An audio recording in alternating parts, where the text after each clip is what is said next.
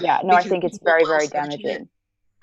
Obviously, That's the reason I have concerns about this account, though. It does not seem like they are doing things that help Assange. There's a lot that I can tell you that I don't want to say on here. That's fine. And if you guys want to do a group DM with just everybody in here, I'm happy to explain more, but it's a delicate situation. Absolutely. Yeah. Well, we're in a private chat right now since the stream is out. We're still recording, though. Still recording. Yeah, I just wonder if anything's private anymore, you know, if somebody wants to get it. Well, I mean, we shouldn't broadcast certain things. Right. Obviously, privacy is an illusion at this point, but there's things that we might want to keep in the circle of people who actually care about Julian. Yeah. I could tell you that the questions we're asking here are being asked by lots of people. Yeah. So, yeah, there's just some stuff that I can answer privately. Mm-hmm. Okay. Well, I guess the thing that if there's anything that we should tell the audience when they're able to see this, when it's back online, that, to take away from this, because rather than trying to kind of like dig about this person, like how can people go out into the public and kind of clarify that this is not some sort of proof that he's fine now? And, how can we differentiate that for people effectively, do you think? Well, the most important thing to note is that this was a month ago.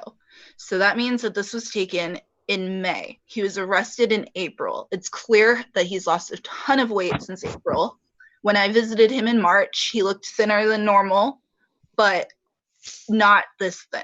Like, people are saying that he looks healthy, but you have to think about the fact that he's probably lost 30 pounds in a couple of months. That's not healthy. And yeah, I don't really know. I personally think I would have published the video, but I feel like there is a good chance that that's a big invasion of privacy, that's showing his possibly what could be his cell. I only published about a third of the pictures that I had. And it was just, I don't know. No, I mean, you obviously took a lot of care to try and do this in a way that was as, kind of mitigate damage as much as possible. And it's good that the backup stream is now on, so people should be able to see us now. But yeah, I mean, I'm glad that you all were the ones to publish this rather than letting CNN misconstrue it and emphasize the exact wrong things. Has the, other than Rockley, I mean, have the media picked it up? I mean, has the story been picked up by anyone? Nobody even really contacted me. The Courier in Australia contacted me, asking me to put them in touch with the prisoner, which obviously I wasn't about to do. But yeah, RT and Rupley were the only ones that covered the photos that in the article that I published yesterday. And they seem to be the only ones who are covering the video. So the thing is that the mainstream media probably would have loved to get their hands on this video, but they don't like to source Russian media. They don't like to source Gateway. And so, I mean, we kind of, I don't know what else to say other than cock block them on this, but they're not going to publish something where they would have to say it was first reported by Gateway or RT, because they like to pretend that we don't do any journalism and that we're not news. So, oops. But could it be, I mean, I'm just throwing it out there. Could it be that they're just maybe a little skeptical of it? I mean, that they're just hesitating because I can't believe they wouldn't pick it up. This is very newsworthy. So yeah, I'm very surprised that they haven't picked it up. Research, but nobody has really contacted me other than RT and one Australian outlet. And last that I heard from people at RT, people weren't contacting them either. So, it's interesting. which might be a good thing. Like, it might not be the worst thing that this isn't getting picked up. I don't know. Right. But that's what I wonder, whether they're acting cautious, that maybe they're just being a little skeptical. They think they're being played. I don't know. Yeah, I'm not sure. Yeah. All right. Well, if you guys have thank any you, other... Cassandra, for coming on to I'm answer sorry some that I questions. can't answer more things, but I really feel strongly that we need to put the well-being of Julian before people's concerns right now. So there's a lot of things that I don't feel comfortable saying, but I do want people to know that these photos in the video were a month ago. This was probably 2 weeks at least before he was hospitalized.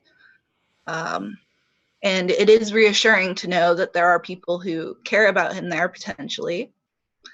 But yeah. Yeah, and I mean, if that was only a couple weeks in and he had lost that much weight by then, that is even more concerning, and that does go against people saying, "Oh, he's fine, he's clearly okay," and that type of thing. I mean, those images shocked me. Like he looks so gaunt and frail compared to when I saw him. I mean, it's extremely stark contrast from March and now, or March and a month ago. So, but I have a feeling that this prisoner is not going to be going away. I think that they are partly trying to taunt the prison guards because they know that they got searched last night and they did not find the phones. So I think that there's a little bit of that going on, but that's, when you say he's got multiple phones, so that's a lot of phones to be hiding. So I assume other prisoners must have multiple phones as well. Yeah. So they all have the internet, and people are following the news stories about WikiLeaks in there. And a lot of them supposedly a lot of them are getting mad about the fake news. And if that's true, I find it kind of endearing.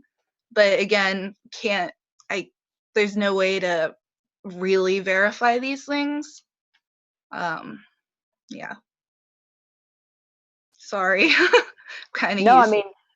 No, I mean, it's another complication on top of an already very complex story. So I think, you all did a great job in trying to navigate this in the best way that you could, and trying to explain it to us in the best way that you can, without causing damage. So. Yeah, it seems like a very fragile situation. So I'm going to, keep an eye on things. And I guess I have one last question. When you did visit Assange, did you ever see any of the behavior that was then in Niels Meltzer's report about him not being able to kind of sit still and talk? I mean, is this new behavior that he's describing, or is that something that he was experiencing before? I mean, he was fidgety, but I don't recall anything too crazy. But again, I was only with him for a couple hours at a time.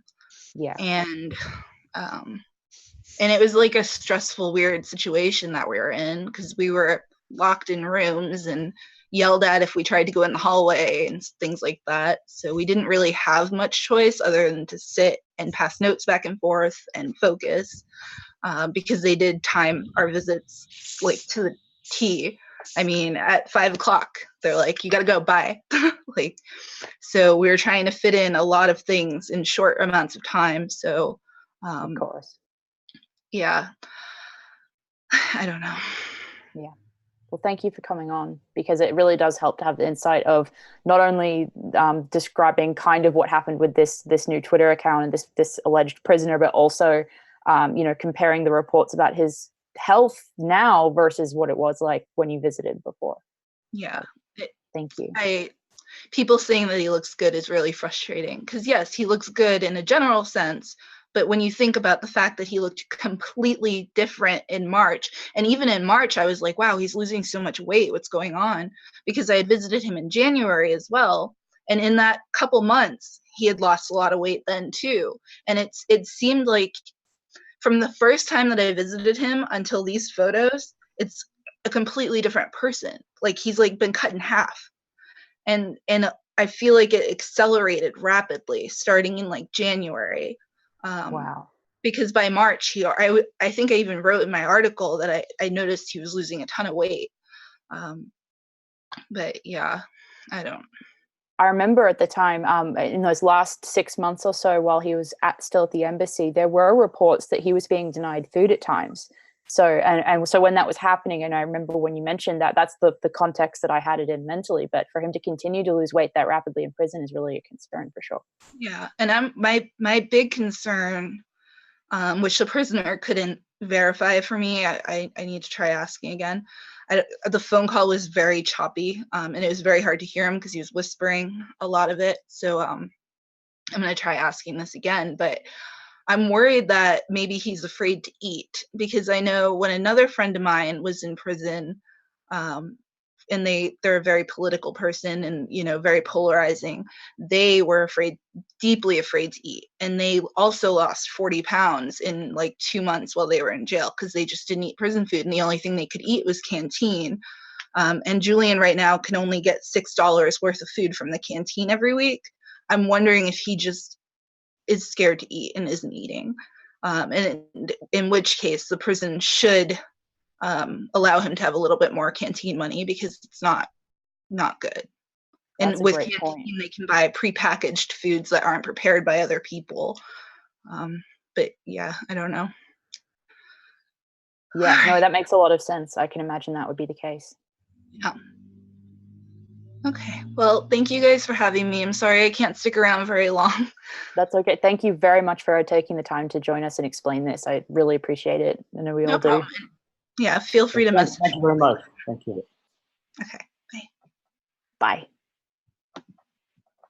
Let me just shift things over. So, reactions, thoughts, Margaret, George, what do you think about this, and what do we make of this complex new layer of information on top of the already complex story? Well, it still seems very strange, very, very peculiar. The idea that this person has this Twitter account, is able obviously to keep it confidential, free of the prying eyes of the prison authorities. He has 4 phones or multiple phones, and the authorities can't locate them. He's able to conduct conversations lasting 10 hours, and the authorities are unable to identify that he's having these conversations and locate the phone on which this conversation is taking place, emails and so on. I mean, you know, this isn't a holiday camp. This is a prison. I mean, prisons monitor all communications by all prisoners, every single thing. I mean, other than communication with lawyers, everything is monitored by the authorities. I just don't know quite how this person can just simply, you know, casually I'll just have another phone call now, and you know, so it just seems bizarre to me. Yeah, me too. I completely agree. I think the fact that they're able to allegedly smuggle multiple phones and use them, even whispered, I think is shocking. It's very shocking to me to think that would happen. But I think regardless of the motivations of this person, which may have been positive, they may not have been intentionally, as Cassandra said, like trying to hurt Assange.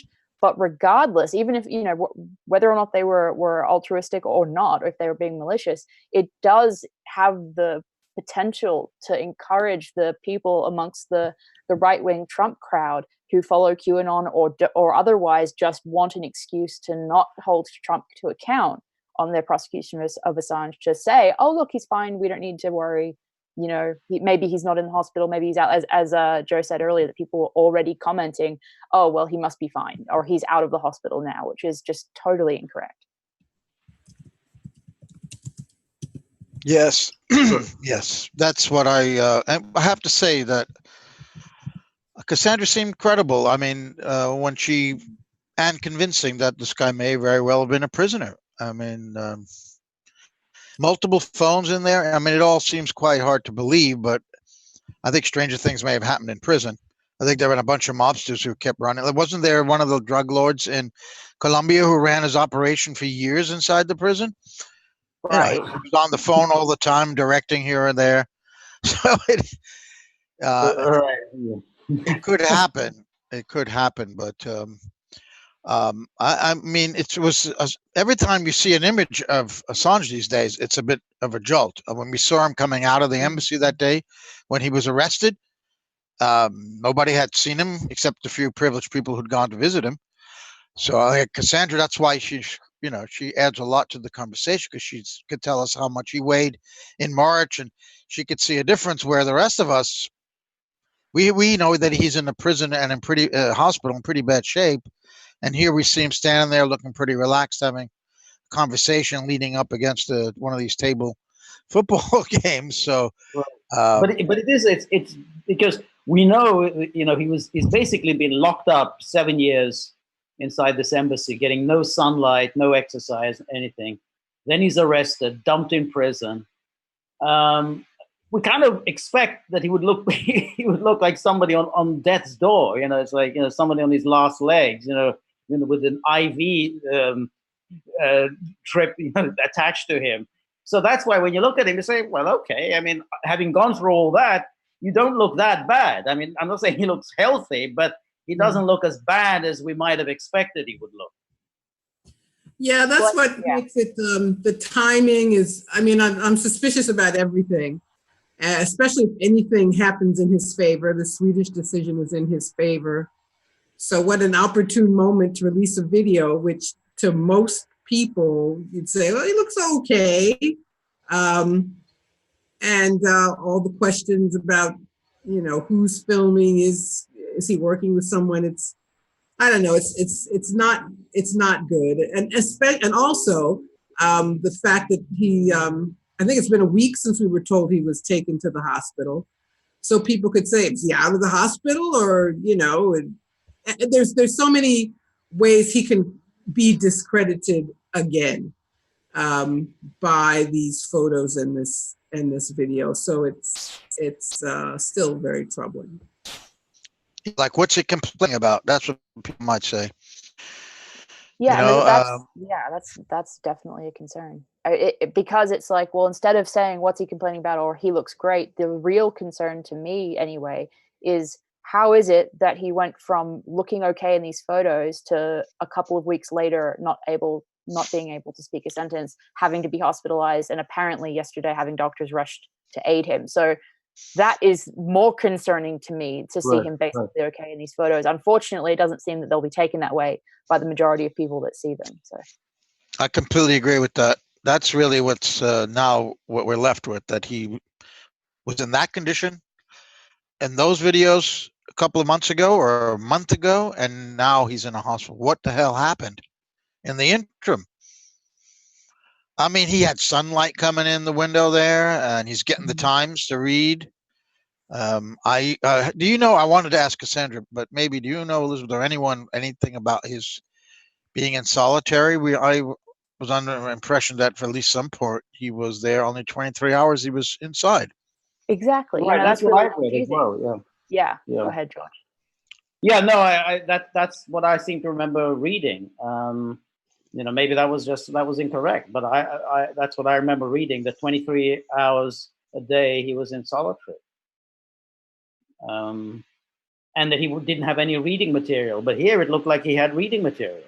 So it did.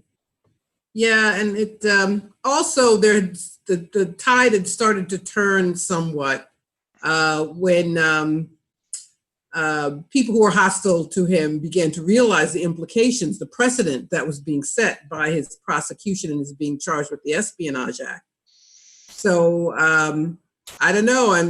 I'm thinking the worst. This was recorded to come out at the right time. It's like, he's getting a little bit of sympathy.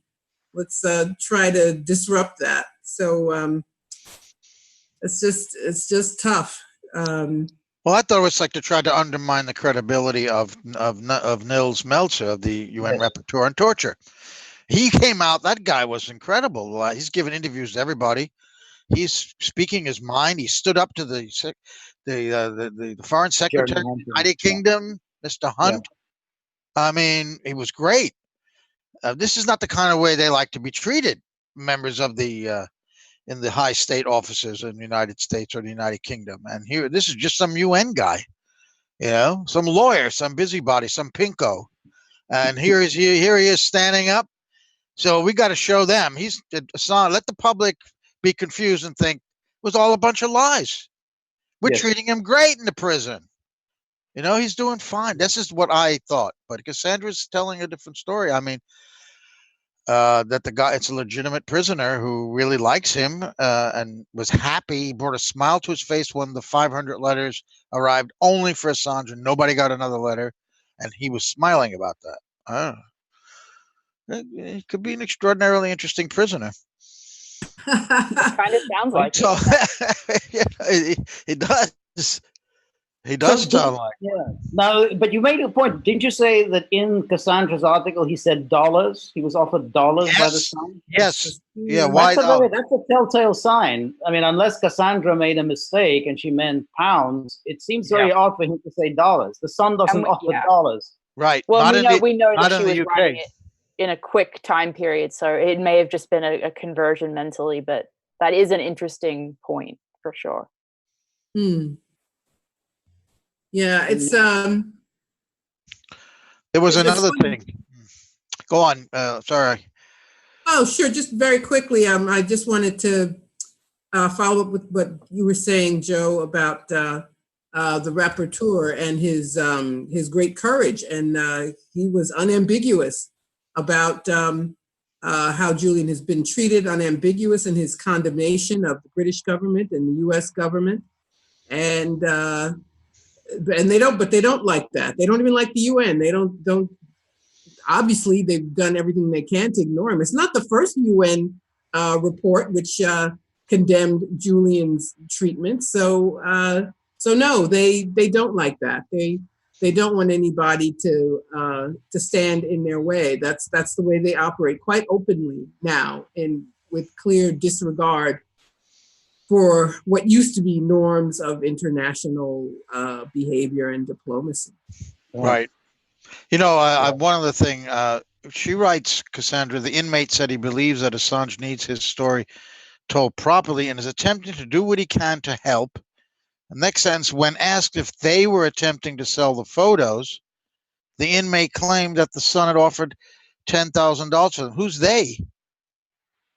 Was that just another mistake? I'm sorry I didn't ask her They that. being the inmate. I think that's a way to say the inmate without. Oh, I see.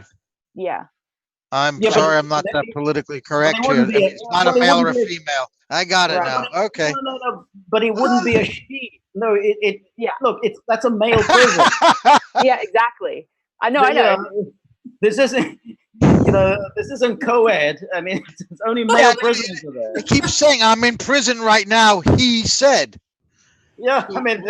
So who's they? I mean, it just could have been a mistake that you made. Yeah. All right. It's not that gender neutral thing at all. It's a plural pronoun. A real plural pronoun, meaning right. I mean, probably because I don't think anyone, if you're talking about a prison, they say, well, it could be a she. I mean, I don't think there are any female prisoners wandering around.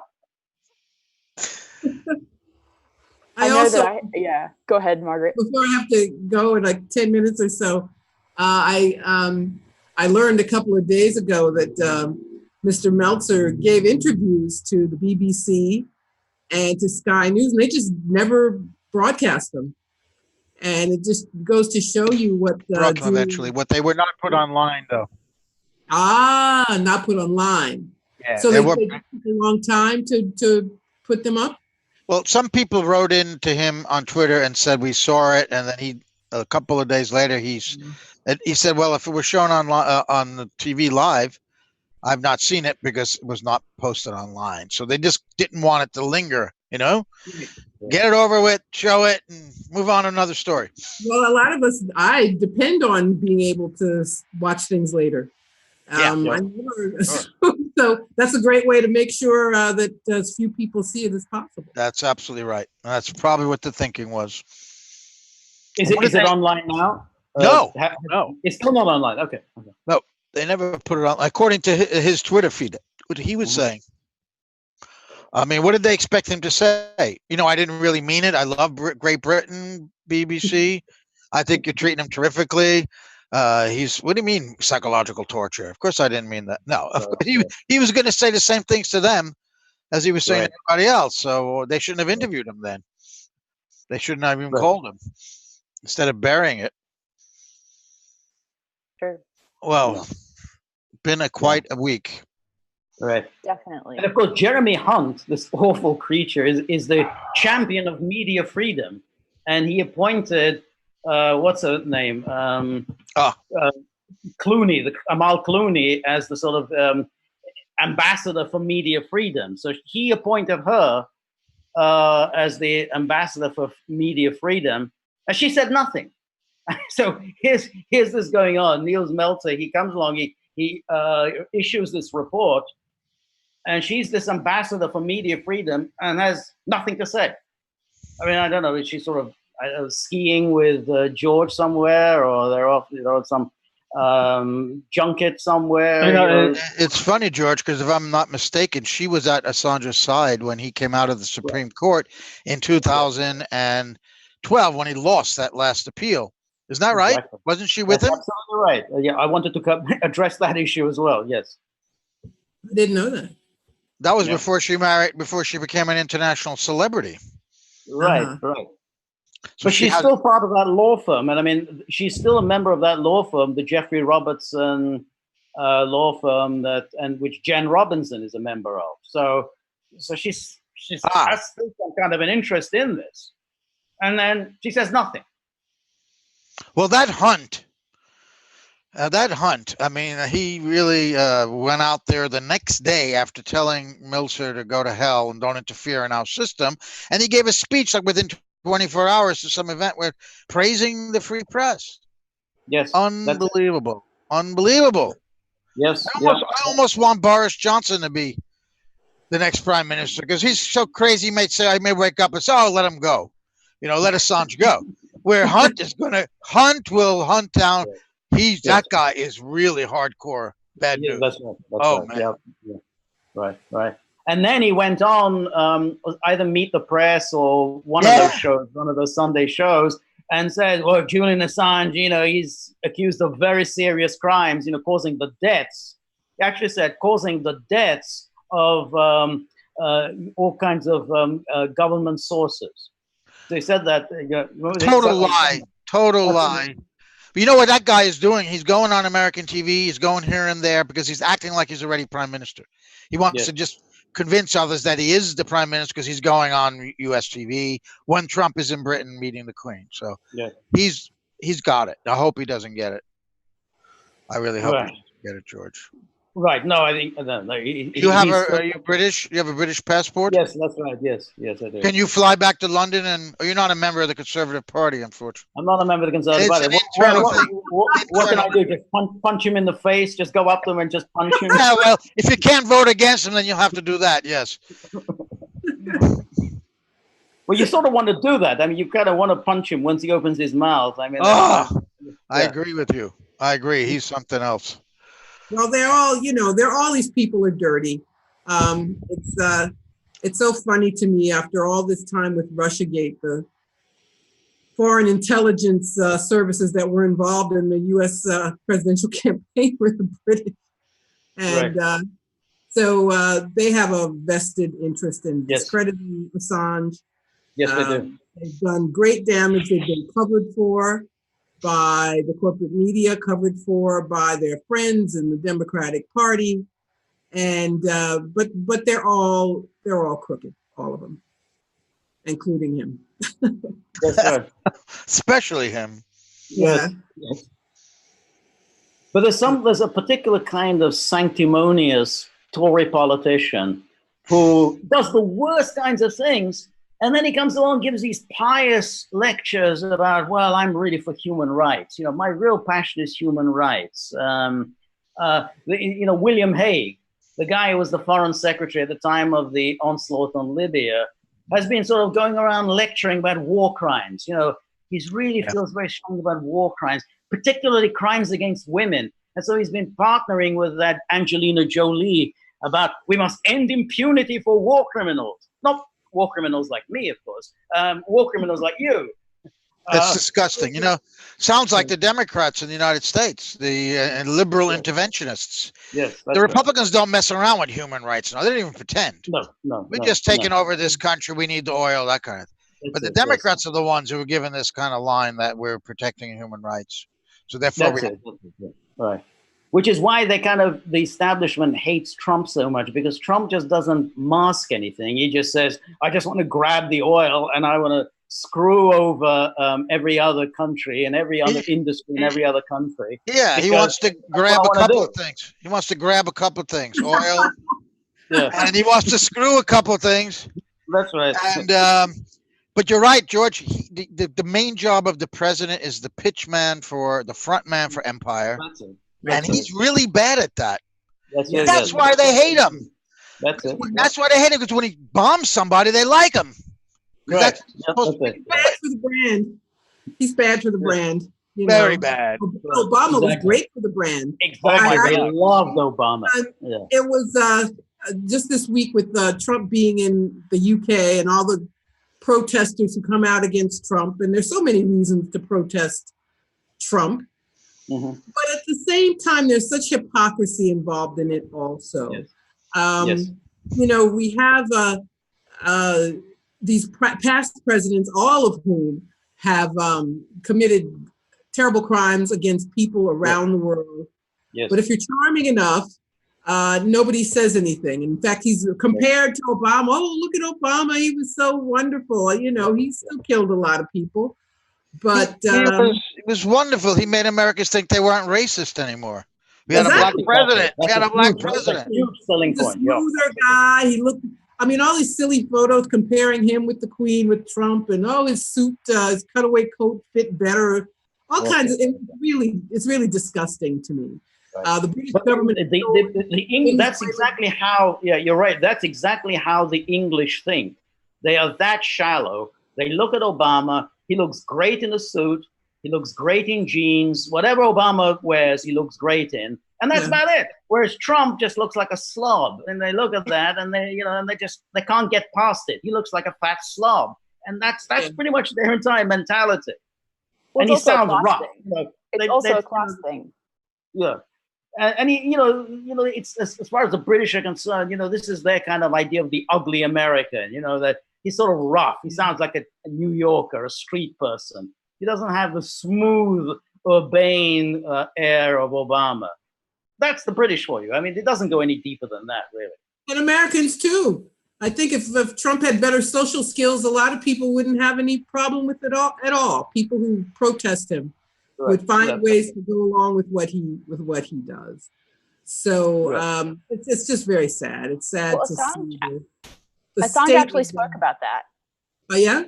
That's why I was saying it was classist, because he was talking about that in the lead up to the general election, pointing out that a lot of the hatred against Trump was not actually because of his policies. It was because they perceived it as an ego boost class-wise to criticize him. And like, for example, Hillary Clinton calling his supporters deplorable was a class reference to the people that supported Trump. And so, yeah, I think that goes into it as well, whether it's the UK's perception of him or Americans' perception of him. Right. Just a part of it. Yes. So let me get your take, Margaret and George, on these raids here in Australia, where can you imagine the FBI going into the New York Times newsroom and saying, show me, we're going to take 9,900 or 1,000 or more files. We could change, delete them. We could do what we want with them because you published a story showing that Americans, soldiers, special forces in Afghanistan killed some innocent women and children in cold blood. So the FBI is going to go into the New York Times newsroom. Now, that seems today to be a shocking notion. But in Australia last week, that was a shocking notion, but it happened. And I don't think that could have happened without the Espionage Act indictment of Assange, that line that was crossed by Trump administration to criminalize journalism. Because all these countries around the world look to America. If they do something like that, well, we can do it now too, right?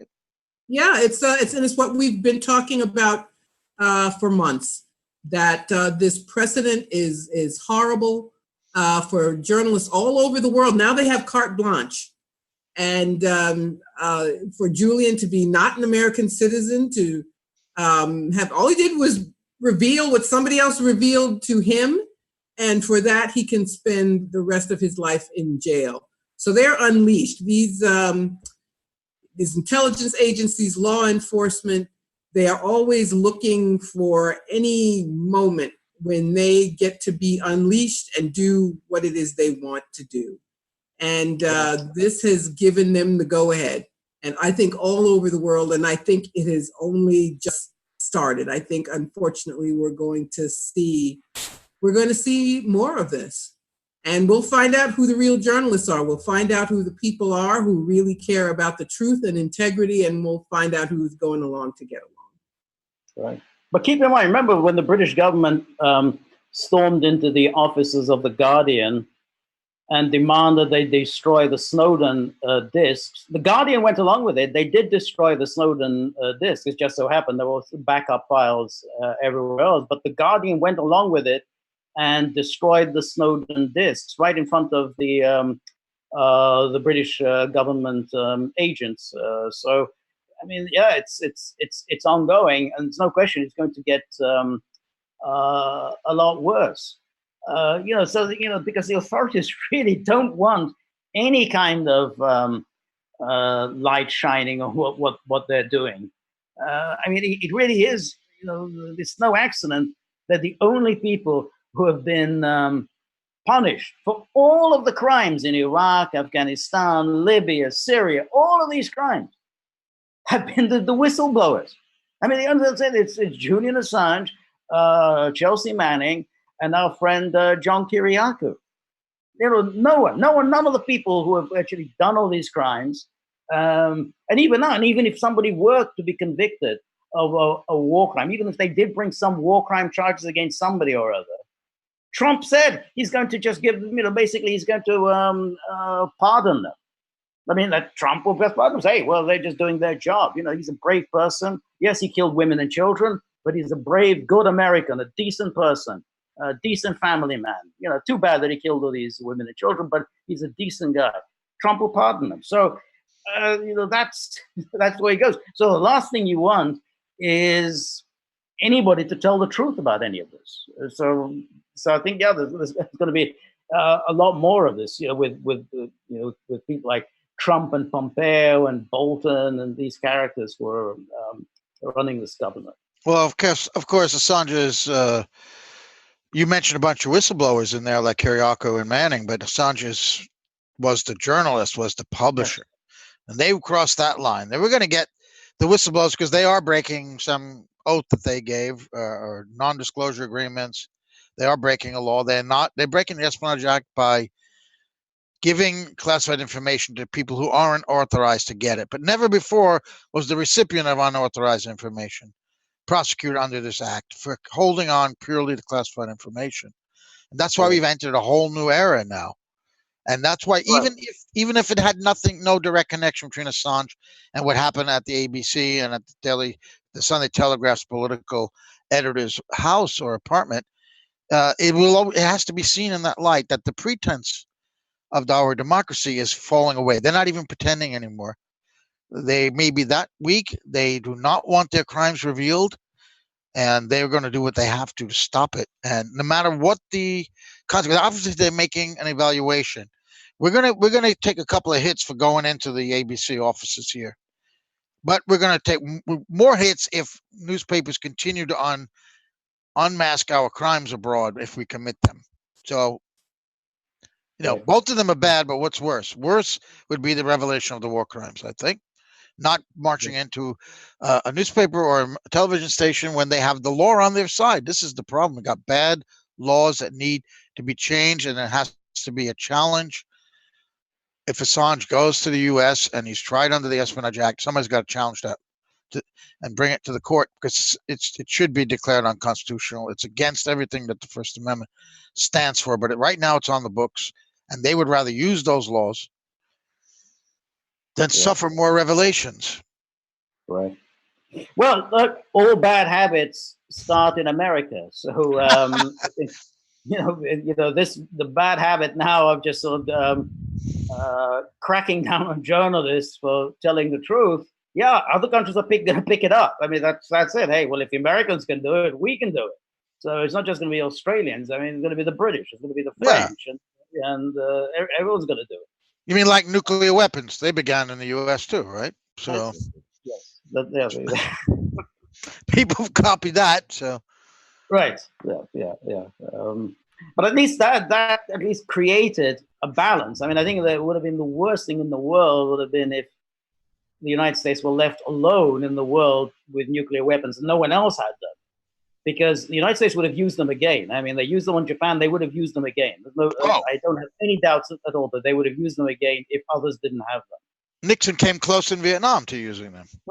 You could hear the tape when he says, Henry, I think we really need to use the big one. And he said, that, Mr. President, would be going too far. You've heard the tape, right? But you're right. If the Russians and the Chinese didn't have them by then, maybe, they would have used them in Vietnam. McGovern wanted to use them they wanted to use them in North Korea as well, didn't they? Yeah. That's it. Yeah. And in fact, Pompeo pretty much admitted the other day in one of his interviews when he was talking about regime change, and then somebody asked him, "Hey, well, you're big on regime change in Venezuela. How come you're not insisting on regime change in North Korea? You're all friendly with North Korea." And he said, "Well, it's a very tricky situation. They do have nuclear weapons. So we can't really, you can't sort of get too nasty to them." Well, thank you very much. You've just admitted why countries, give it. Yeah, that's why they want nuclear weapons, because they don't want to be bullied by the United States. So yeah, exactly. That's why North Korea doesn't want to give them up, because if they did, the very next day the Americans would be there banging on their door, making all sorts of demands. We want regime change. We want you to free market economy. We want our human rights lawyers to come in and run this place. Very next day, you give them nuclear weapons, that they're going to be there the next day. And who said that? Was that Bolton? That was Pompeo. Pompeo. Well, it was Pompeo. It was about 2 days ago. It was actually pretty stupid thing to say. Yes, he's just blurted this out. Yeah, how come you don't insisting on regime change in North Korea? And he just blurts this out. Which is why it would make sense for the Iranians to actually seek one. Of course. I don't know why they gave them up, to be honest. I mean, if I right on my doorstep, the Americans did what they did to Iraq, they did what they did to Afghanistan. On your other doorstep, I mean, why would you? Because there's a big difference between having them, as North Korea does, and developing one, which Iran was at some point and some degree doing. So if they continue to do it, they would have very easily been bombed, especially by the Israelis coming over and taking out one of their reactors and that thing, like they did with the Iraq thing, if you recall. So, right. And they bombed a building in Syria too that they claimed was also a nuclear facility. So they had to give it up, I think, and it was working. Well. They had to. I guess they would have just had to work in secret. Make sure that you develop your nuclear weapons in secret facilities that no one knows about. Well, yeah, they had some in mountains, buried in the mountains, didn't they? Or who am I thinking of? Yeah, I think it had something like that. I mean, they clearly had a program at some point which they did give up around about 2007. And look at Gaddafi; he gave them up as well. Look what happened to him. That was, exactly. That was a bad move. I'm just thinking, we're talking about everything but Assange right now. I think one don't have any real good information about what's going on in the prison, in the hospital. What is his health concerns? I was just surfing the net, if people still say that, the other day, and I came across this story. Assange has lung infection. I said, damn. And I look at it. It's from 2012 when he was in the Ecuadorian embassy. You remember that, Elizabeth, that he was diagnosed with a lung infection? And I said, oh, see, we still don't have any information of what's going on there. That's why this video becomes such a point of discussion, because it's like we're trying to figure out what we find. We could see what his room looks like, that he has papers and newspapers there. And it looks like he has, even if you look at it, it looks like there's even a monitor, but not necessarily a computer monitor. There's no keyboard visible, but he has a monitor. TV. Oh, that could be a TV. But again, he has a TV in his own room? I mean, all prisoners are just given TVs in everyone has their own. But no satellite, you have your own satellite dish as well. I mean, no maid service though. But that's right. Yes. One of the potential problems of this being released, though, is, I mean, if he's punished for this release, they could put him in some very horrible situation, and we don't even know that he's still in that room. I mean, they could have moved him at any point. I mean, obviously now he's in the health wing, but it's just, you know, it's just that it's very shaky ground to make assumptions based on those images. And I think as well, just as a personal take on it, I don't think that he was aware, because I think, you know, Assange is obviously an extremely smart person, and I doubt he would have wanted pictures like this to be released, especially when, as we were discussing, Niels Meltzer's report just came out. I mean, anybody with half a brain cell would know that's a terrible time to release these images. So I think that it's unlikely that he was a part of doing that, of you know, leaking these, in my opinion. No, I agree. And again, I'd be surprised that a prisoner would think that by releasing this footage, he was helping Julian Assange. I mean, that's why I think when Cassandra said, well, I think he means well, but he doesn't quite know how best to help Julian. Right. You know, these prisoners, you know, they're not stupid. And I think he would know that releasing this footage isn't going to help Julian at all. It's just, you know, in what way can it possibly help him? So I don't know, I'm just not buying that. And I think that's why we have to keep a critical, skeptical, open mind, and not like kind of label it as one thing or another, but just kind of probably, you know, honestly, just wait for more information if any is forthcoming, and recognize it happened, but be skeptical. Yeah. That's what's so frustrating about this. When you don't have information, you find yourself speculating, which really is not worth really a damn in the end, because we don't know. Exactly. We're just throwing ideas out there, and we don't want to mislead anybody who's watching and think that we know. We're admitting, yeah. I am anyway, that we have a real lack of information here, which is terrible, because you know, right. Fill a void, vacuum, right? What's that expression? Abhors a void. The vacuum. Okay. Nature abhors a vacuum. Yes. Yeah. Okay. Thank you, George. So it's the same thing here. The news business abhors, you know, lack of information. We don't have any oxygen. We don't know anything to breathe on. We have scraps, and then we get this video all of a sudden. Right. That purports to show, you know, how he's living in there, and we can't really conclude anything from this, because it's not current, for one thing. And that may have been just one afternoon that they were let out to talk in that corridor. We don't know. We just don't know. Certainly wouldn't want to be in there myself. I mean, even though you can see the bars on the window, that metal door. Not a good scene. Definitely not. You know, and I think it's really fascinating to get a small glimpse into the prison, but it's one of those things. It's exactly as you said. It's so frustrating to have this small piece of information that is so much more than we had previously, and yet have no context on it, no other information to make anything of it. And so it's really hard to discuss it. And it does put people like Cassandra in a very difficult situation, for sure. It looks like we also just lost George for a second. I'm not sure if that was intentional, or if his internet went a bit choppy, but I'm sure we'll see him back either soon or next week. Do you know, Elizabeth, much about this guy in Iceland that... Not more than the general public probably knows. Yes, Siggy Thordarson, who was basically, I believe, convicted of sexual assault of a number of underage boys, and not just like one time. I mean, like dozens and dozens of times he molested, and not like individual underage boys. So it's absolutely mind-boggling that the Trump DOJ would try to rely on the testimony of that type of person to try and prosecute Assange. I mean, does that not sound desperate to you, Joe? I mean, does that not sound like somebody grasping at straws and failing to really get anything much at all? It all depends on what he's been telling them, or if he has any forensic evidence of some sort, because then the credibility of the witness becomes less important. Then it becomes the credibility of the forensic evidence. If it's going to be just his word, the guy's worthless as a witness, clearly.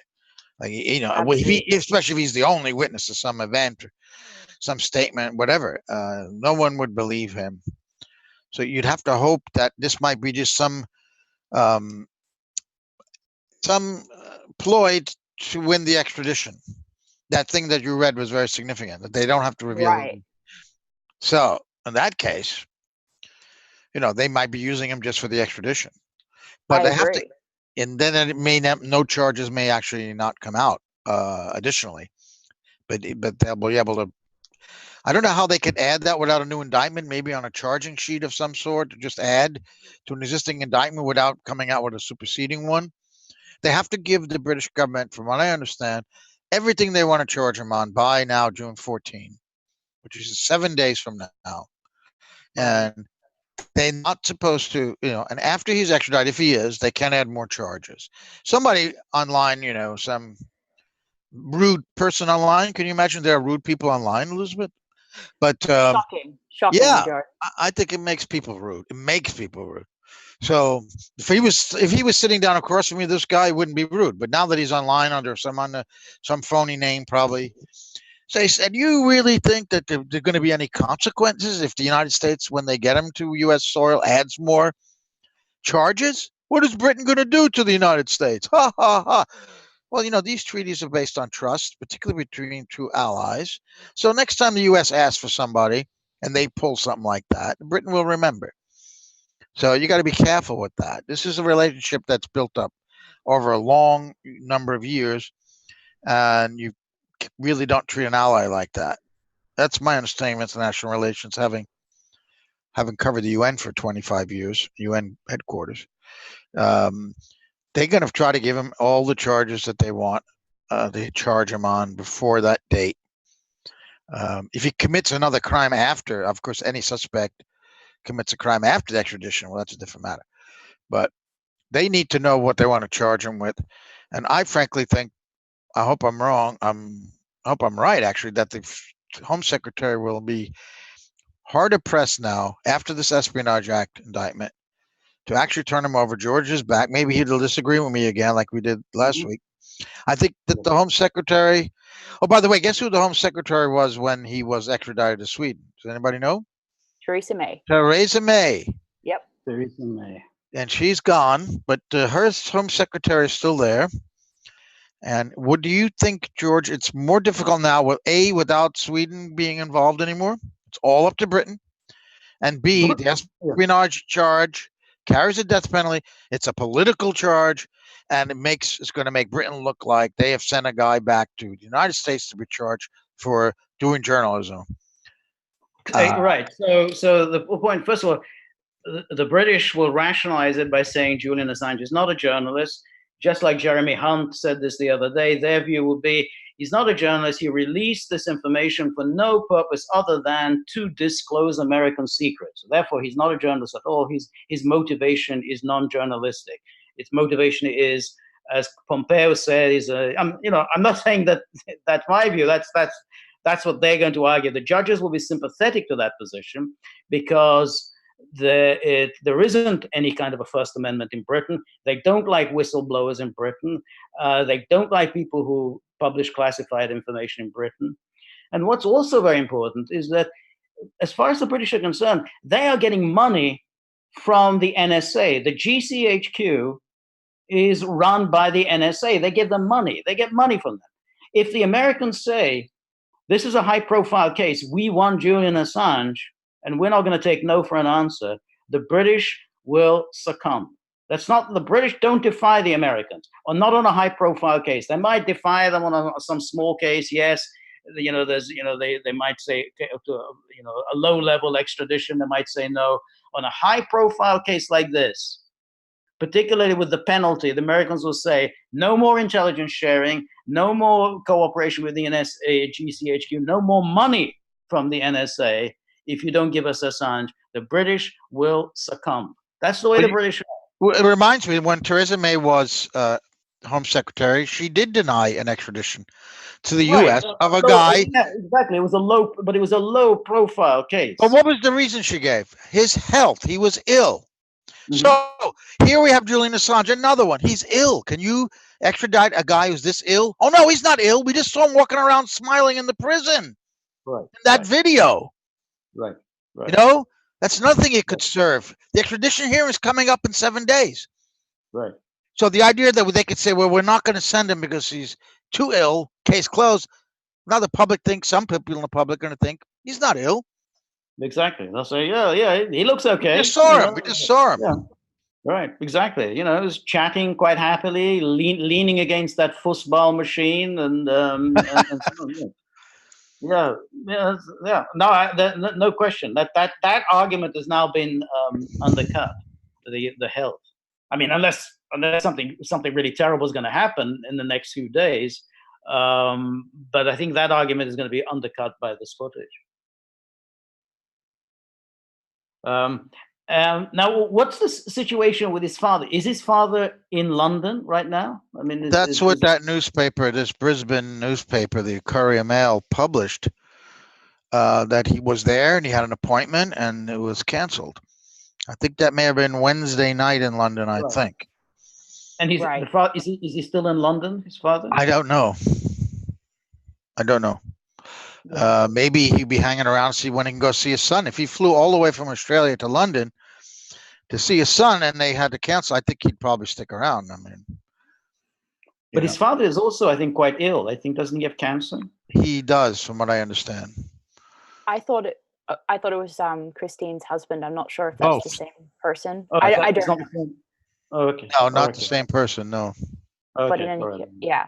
And I mean, even if we did know what was going on with Assange's father, I mean, we wouldn't want to talk about it on air. Right. So, but yeah, but I think that it is important and positive that he would be able to see family members in prison. I mean, at the end of the Ecuadorian embassy stay, they were cutting off virtually everyone, whether it was journalists or friends or whoever. And I don't want to fall into that kind of trap of saying, oh, well, he's better off in prison or anything like that. But I am glad that he's able to see family members, though. If he can see him. Yeah, if he's well enough. If he's well enough. I mean, WikiLeaks tweeted, the only reason I mention it is WikiLeaks tweeted that when Meltzer was asked, would you be surprised if he died? He said no. Yeah, that was very shocking and worrying, no question. Yes. And Meltzer said, look, I mean, this is a sober, legal mind. He doesn't, he's not emotional. So when he said, I was very concerned about his health and his state of mind, and his inability to focus and he jumping around, I am sure he meant it. I'm sure he wasn't just getting carried away. He doesn't look to me a type to get very emotional and given to hyperbole. So I'm sure he really was concerned about his health. I don't think there's any doubt. And for him to say absolutely that's a fear, I think is very real. I mean, I didn't want to bring up that possibility. I think some of our guests brought that up last week about Julian dying in prison, and I just didn't want to go there, particularly when you look at that, how that might be advantageous to Britain and the US.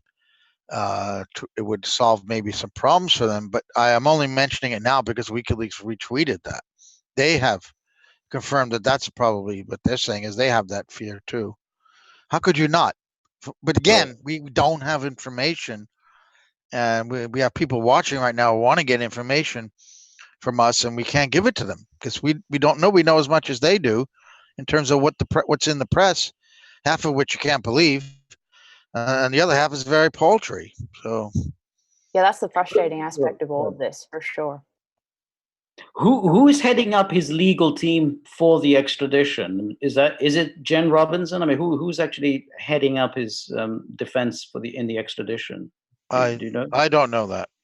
No, but the president thinks it could be this other guy. If you read Cassandra's story, a lot of this was about he wants this other guy, and he has this GoFundMe to pay for this expensive lawyer. I mean, that was very bizarre too, right? I think it was bizarre. I forgot about that. Yeah. I mean, I think Francis Boyle Elizabeth, when Francis Boyle was on, I think he was saying that Assange has some excellent lawyers in the UK. So why did that become an issue?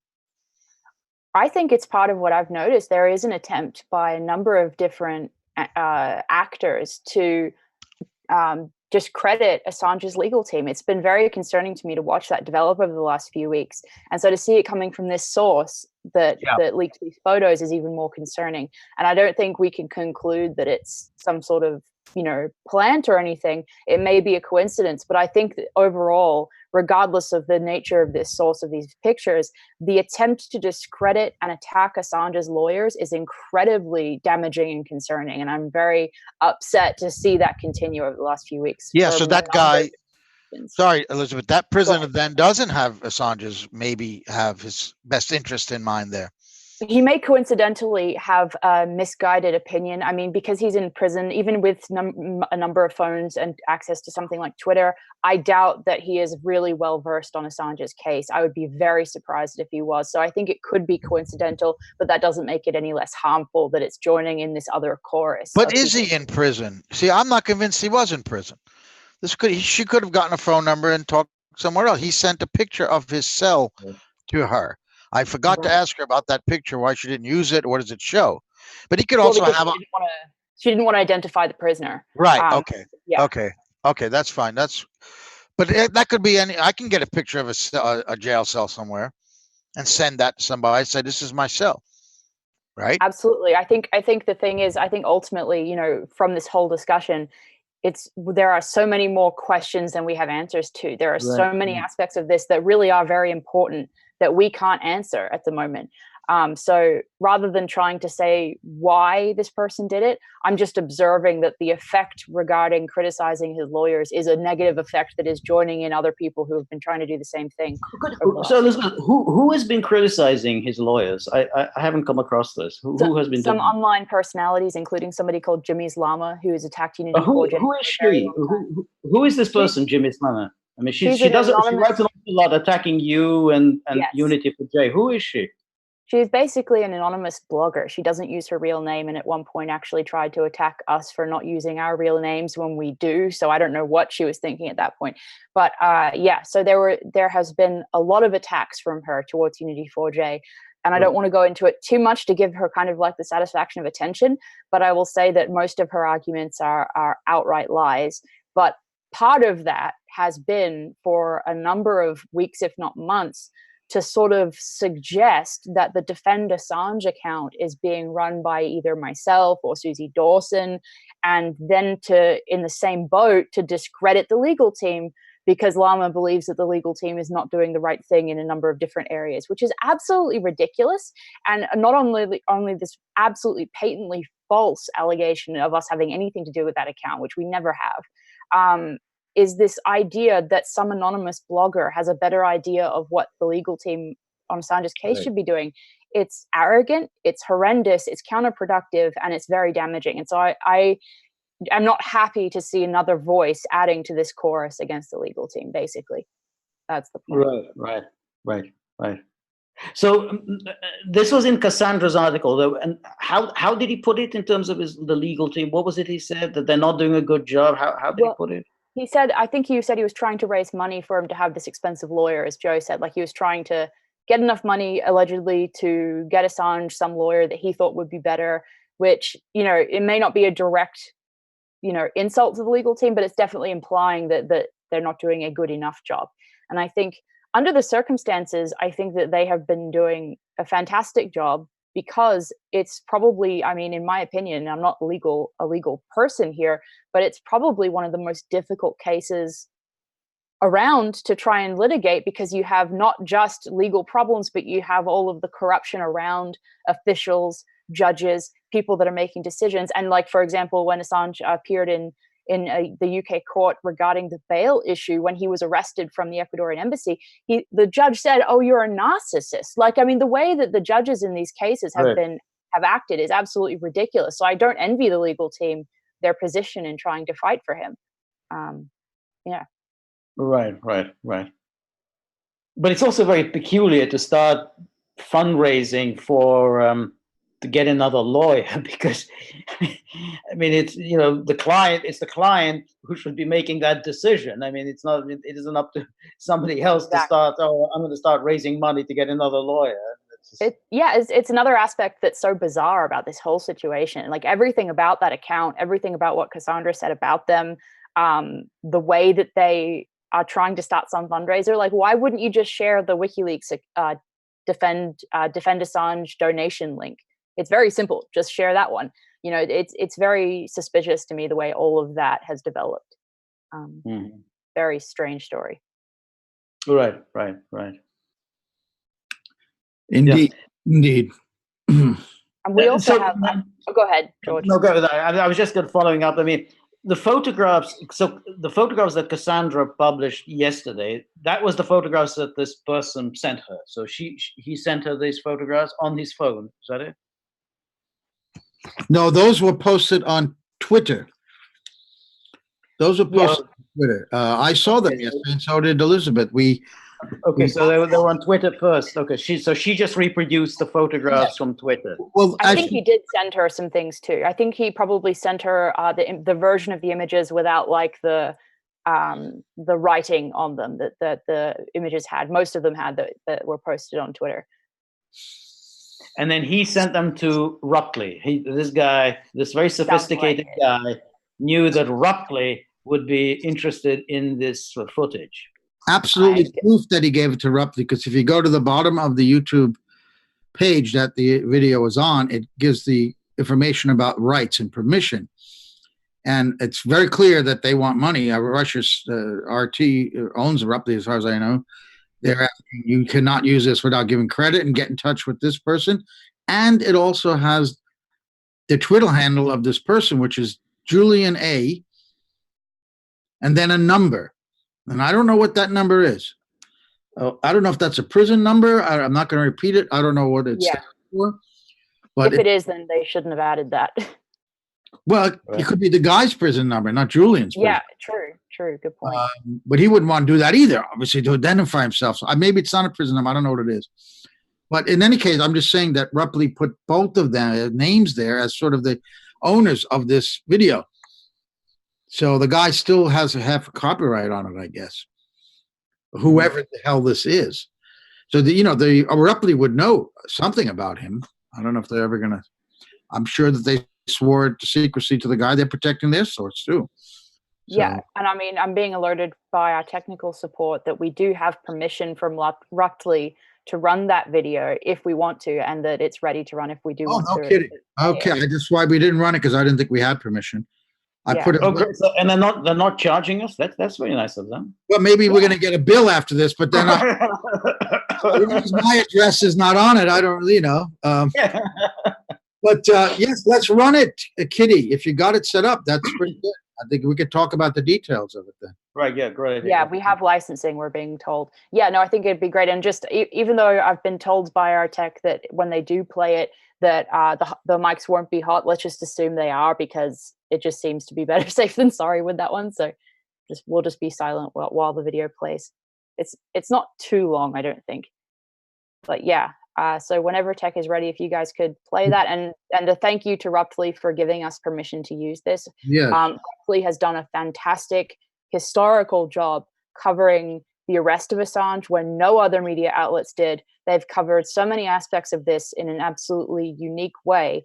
Literally every other press, cable, TV news channel had removed their photographers and their cameras from the embassy when Rupley was still there, and that's when Assange was taken out of the embassy. 5 minutes and 35-minute video. Perfect. You're colluding with Russia there, Elizabeth. I'm kidding.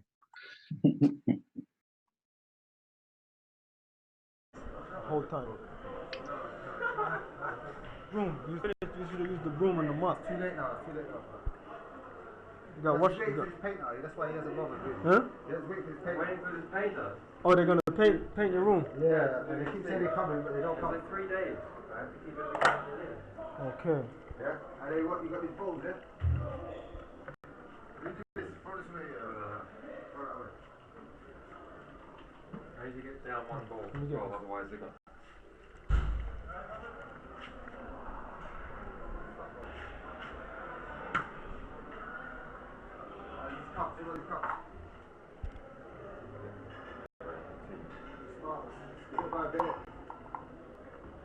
You've got stuff half eaten there. You can do it. You can eat it, leave it, wrap it up.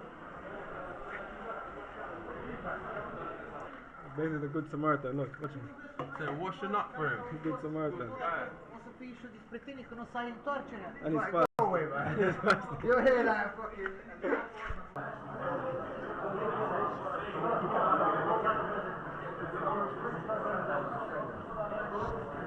I've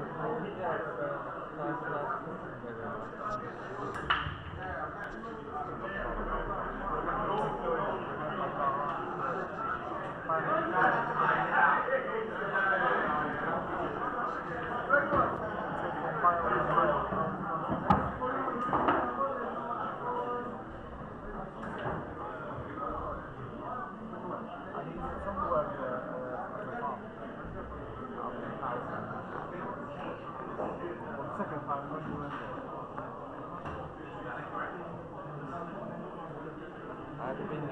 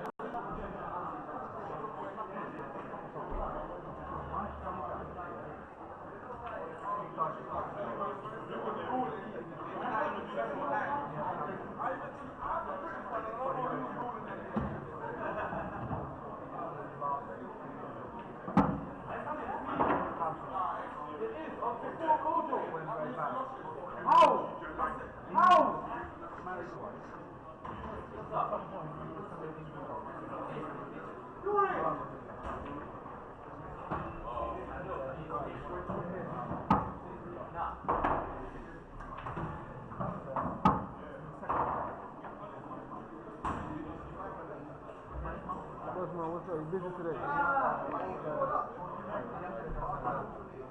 Yeah. Morning. Good. Thank you.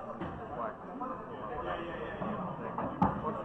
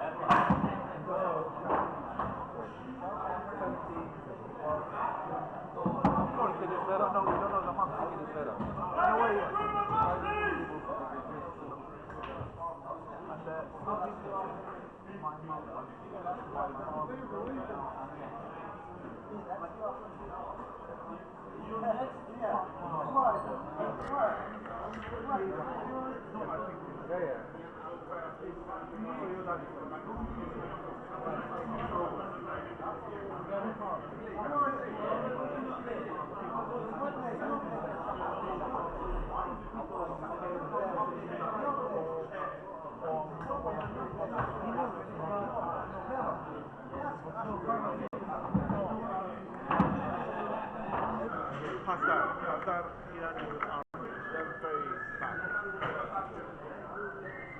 They stop us. They have my dad. We have no passport. We don't need passport.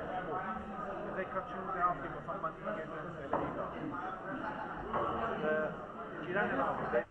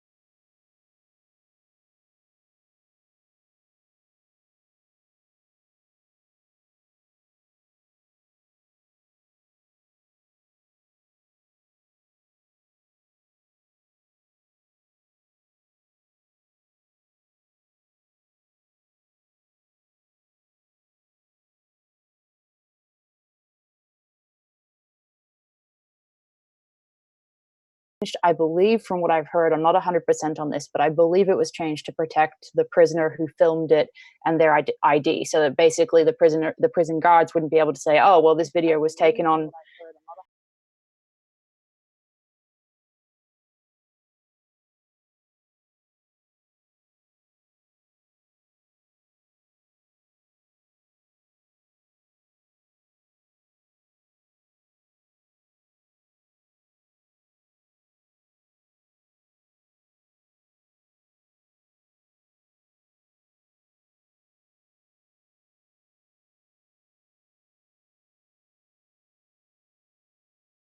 Can put a link to it again. Maybe Yeah. it'll. So we'll see.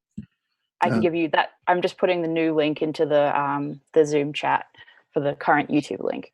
I don't have the current Periscope link. Also, George is back with us. I'm just bringing you back on, George.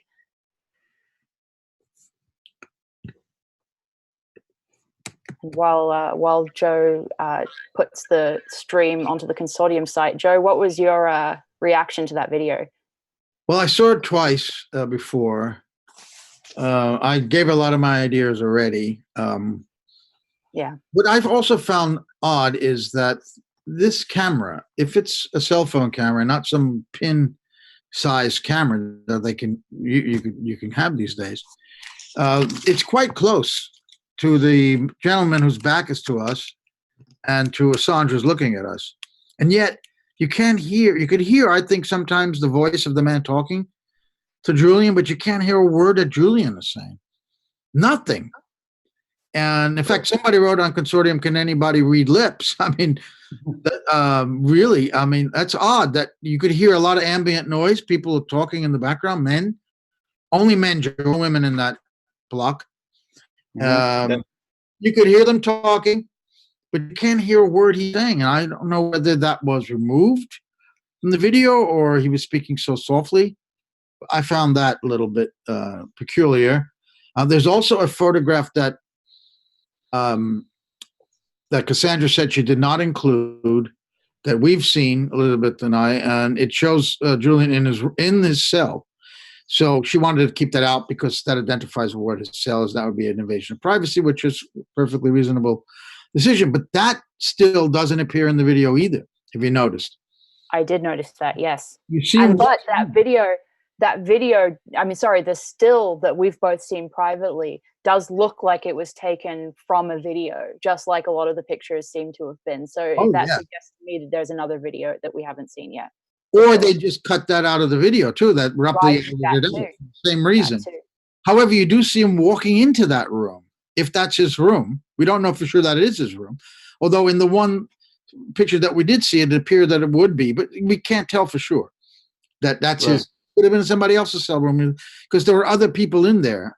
So I guess you're allowed to enter someone else's cell openly like that. So that was removed from the video, if that was from the same video, and if that was a still from the video, which it looks to be, that was also removed.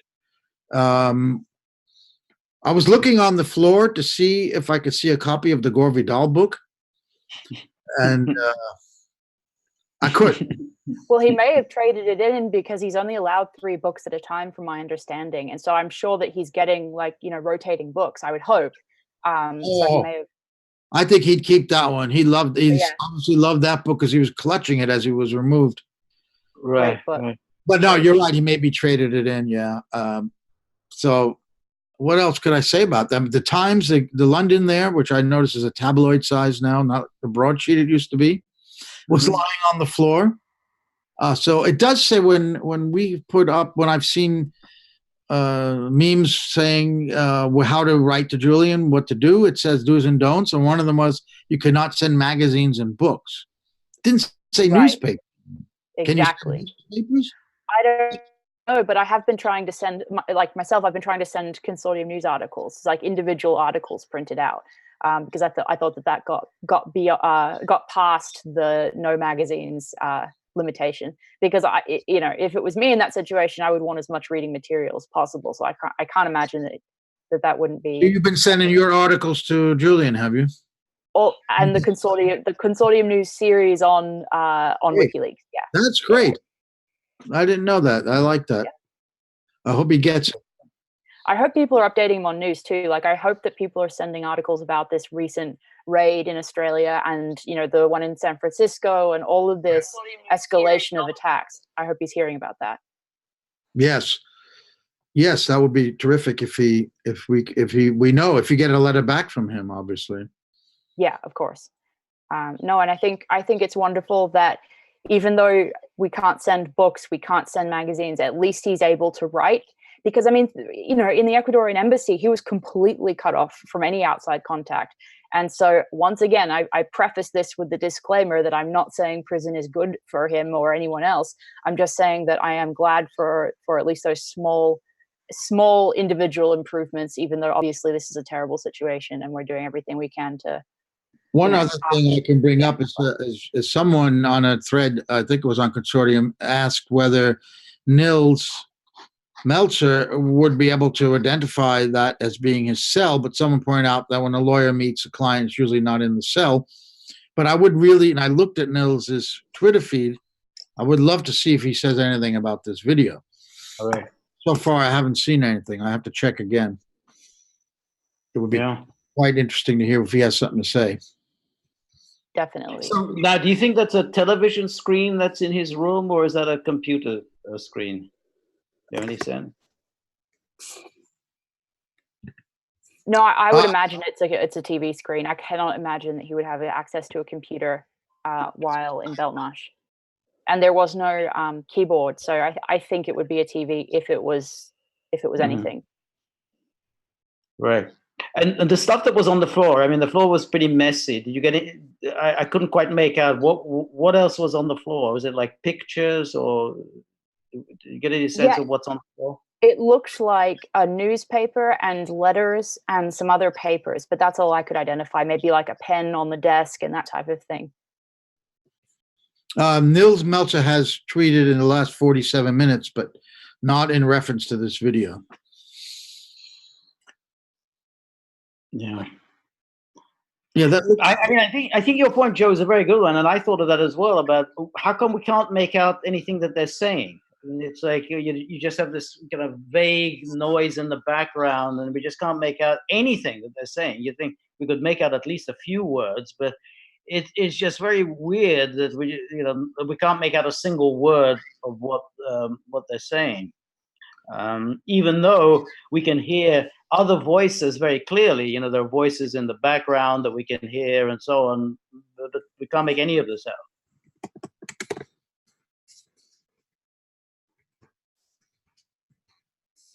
Yeah, no, it's very frustrating, the limited amount of information that is available to us at this point.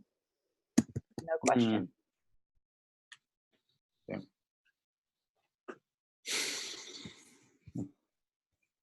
Kind of leaves you speechless, doesn't it? Absolutely. Absolutely. Very bizarre turn of events.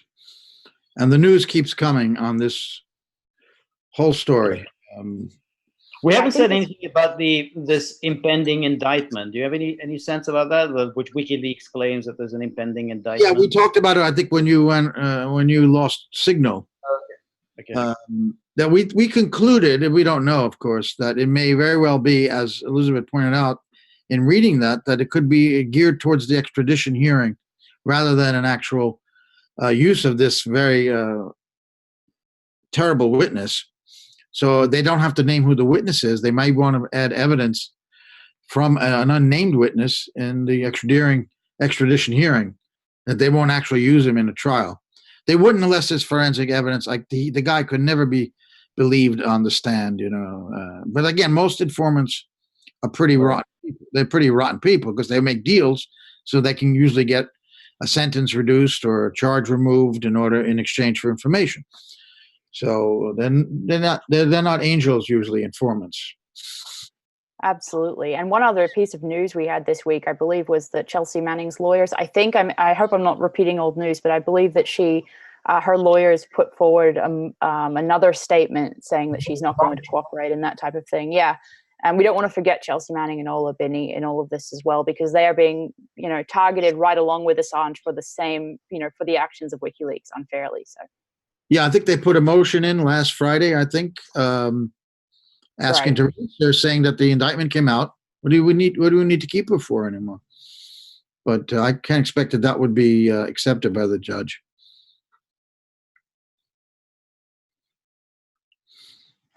Well, hey everybody. Hey, can you hear me? yes. Hello, Susie. Oh, hi. Hey, Susie.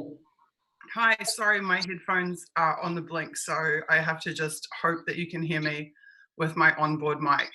I definitely wanted to pitch in with a couple of thoughts. Hi, everybody. I'm watching chat, so thank you all the people saying hello to me right now. Wow, where to start?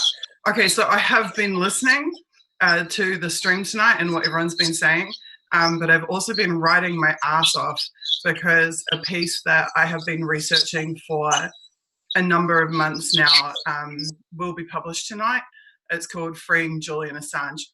It's not about Cass's article. It doesn't contain anything about the pics or video that have emerged about Julian. It's on completely different topics, actually. But hopefully it will be of interest to most of the supporters of Unity for J and certainly the wider community of support for WikiLeaks and Julian.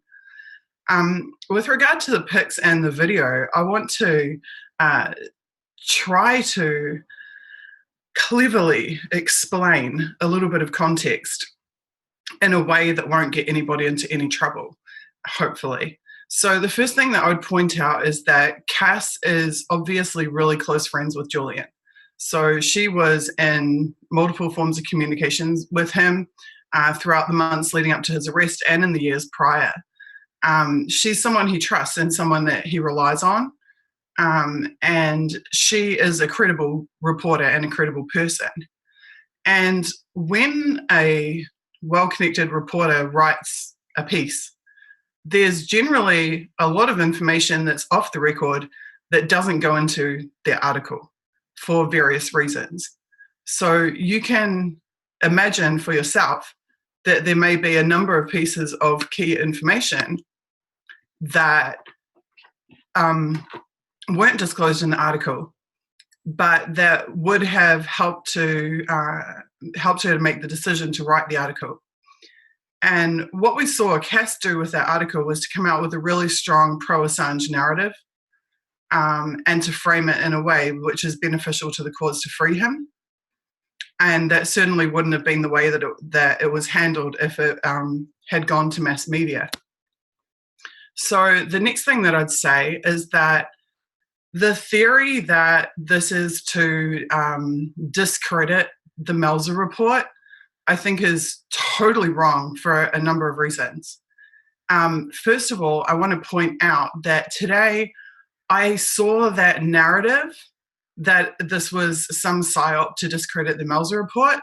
I saw that simultaneously come out from multiple different unconnected sectors of Assange's support base. And whenever I see a narrative like that come from disparate places simultaneously, that tells me that that narrative is being seeded. So we are meant to think that this was a psyop to discredit the Melzer report. And they've decided, whoever has come up with this idea has decided that that is a way to combat this. So I would just like to say a couple things. Firstly, if this was a psyop to discredit or to smear Assange, it would go to the widest possible audience. You would see it pushed through major publications with massive audiences. There would be mainstream audiences. There would be audiences that are already hostile to Assange and audiences which would be extremely detrimental. For example, if it was to discredit the Melzer report, for example, you would see the smears being pushed through the same outlets that were forced to cover the Melzer report this week. And we didn't see that. We didn't see this come out as a smear through the ABC, through the BBC, through the big networks and the channels that were forced to cover the Melzer report. So that's the first indicator to me that it wasn't an inoculator to the Melzer report at all, because it's being covered in different platforms. RT and the Gateway Pundit simply don't have the sizable mainstream audience to be useful to smear Julian. They are It's supporters of Julian that are going to access those platforms and are going to be open to consuming content from those platforms, because those platforms have historically provided coverage about Julian that is outside of the mainstream. Yeah, to the person who's making the chess reference, I completely agree with you. And that leads me actually to my next point, which is that Julian is the ultimate chess player, okay? Julian is the ultimate chess player. So he's also the ultimate media strategist. The ultimate media strategist. So if you're Julian Assange and you're stuck in prison, right, and the information that comes into you is being gatekept, if you have gatekeepers who are restricting the information that gets to you and restricting the access that people have to you. Because right now we know that the legal team have virtually unrestricted access to Julian. And some people will say, oh no, they didn't because of XYZ statement. I'm telling you right now that they are able to get into him on a matter of hours notice. And I'm not going to tell you how I know that, but I'm going to tell you that I do know that, and that it has been done when it's absolutely necessary.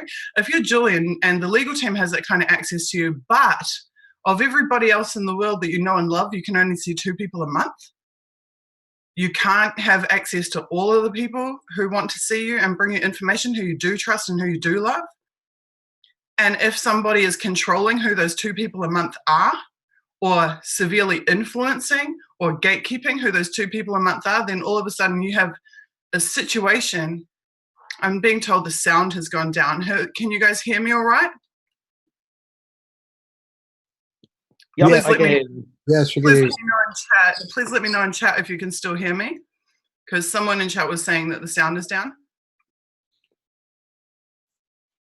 Thank you. So I'm being told it's fine.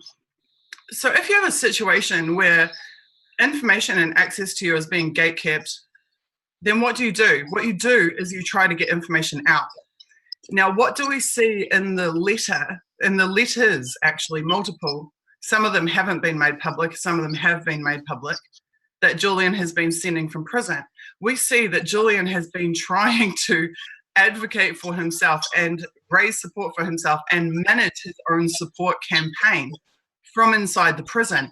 I'll tell you what else we see, because it's time to call a spade a spade. I'm not going to say too much, but to give you one thing, is that the narratives that are coming out in those letters are not matching some of the narratives that we are hearing from other people within the organization. And that actually caused us to have some suspicion about those letters.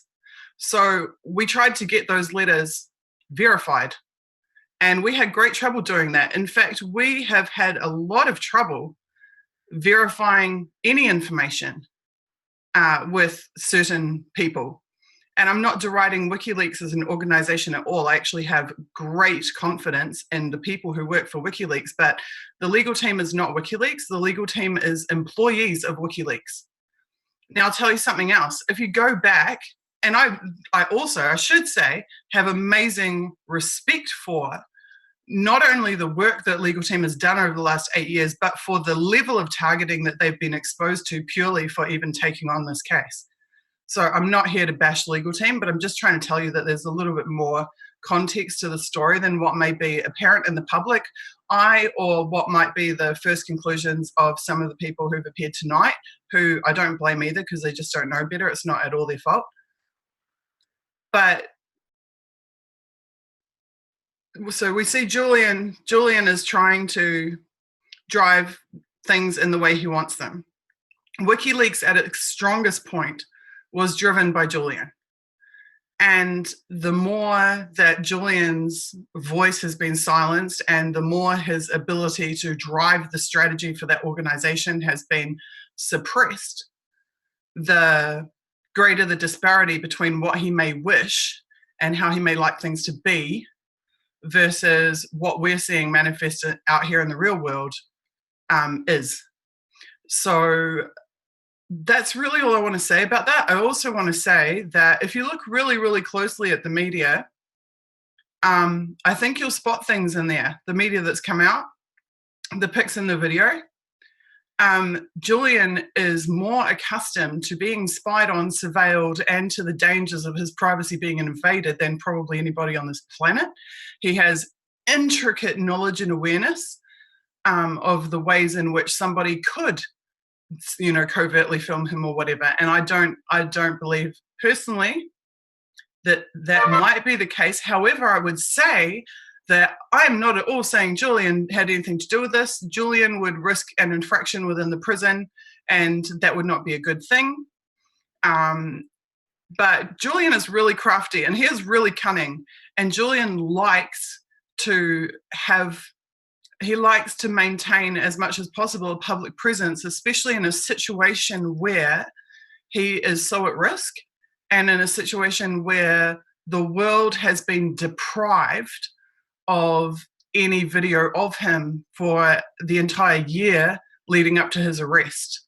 Other than the video of his arrest, there has been nothing else. And if you were Julian, would you want the prevailing imagery of you to be from you being dragged into that paddy wagon? Or would you maybe want the world to see something different? I would also say about timing that it's not unusual for prisoners to get cell phones into prisons at all. And it's also not unusual that when their cells get shaken down and they have those cell phones removed, that they magically have another cell phone in a couple of days' time. I also think that you heard someone just said, I wish Elizabeth was our Prime Minister. I agree. I agree with you. She'd make a great Prime Minister. She'd make a wonderful Prime Minister. Someone's saying they need to hear from his lawyers. Generally speaking, if you look back over it, when you will hear from his lawyers is when there's a court case. So there's a court case, the court appearance, the lawyers do a presser outside the court, and then they do a couple of media appearances about that court hearing. And other than that, it's pretty rare for you to ever hear from the legal team. There has been an obvious deficiency in the media and PR side of WikiLeaks since Julian's silencing. And that part of it will be touched on a little bit in my article. You get a little bit more information and context about that in the piece that I'm releasing tonight. It's not anybody's fault. It's a natural result of the insipid targeting, the extreme targeting of everybody associated with WikiLeaks. And also one more thing about that reminds me something about Cass's article. You also have to understand that people who are US based and who are personally close to Julian and have had personal communications with him are likely not only named in the grand jury indictments, but may well be up for subpoena.